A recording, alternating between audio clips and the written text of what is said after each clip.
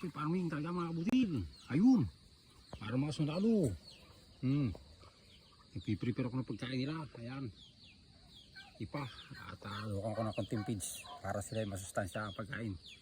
Ayun o, ayun, mga tubig na yan.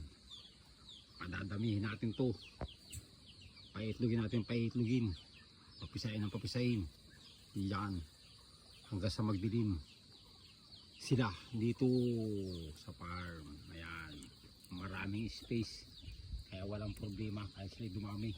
Ano mga batil? Okay. Yun o, nakapagpakain na ako. Yun o. Yan, tapos ng trabaho, hayop naman. Para naman tayo. Kasi ito po yung mga alaga ng nakaraang tao dito. Ang problema, hindi rin dumadami. Pero mayroon na rin naman. Ewan ko lang kung ilan ang naging puhunan nito o ilan ang inahin. Yan.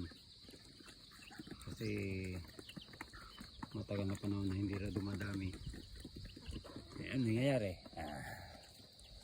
Ayan, baka po kulang sa pagkain. Kasi ang hayop po kapag kulang sa pagkain, hindi naman po sila hindi po sila nagpapakasta. Ayan, kapag payat. Kapag hindi madami. Pero pag ayan po yung alaga, may kasama pagmamahal sa hayop, at napapakain mo na maayos, may painom na maayos, ayos po yan. Mangingitog po yan at dadami. Ganun po yan mga butil.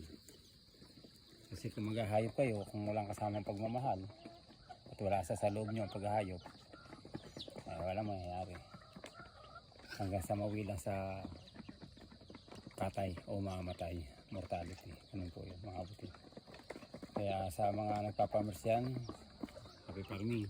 Ako may sarili din mga butil. Ito sa farm ito sa farm. Yan.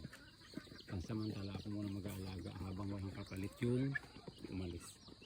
Kasi hindi naman po ako sa dulo Yan ngayon, pansamantala ako muna. Kasi kailangan talaga dito tumawa sa farm. Ay ngayon, ako po labas-masok na ako uwi. Marami po ako, rotation ako Kaya wala pong tao dito. Yan. Kaya ngayon mga budil, muli sa pagpa-farm, sa pag-aalaga na hayop, may kasamang pagmamahal. Ayan.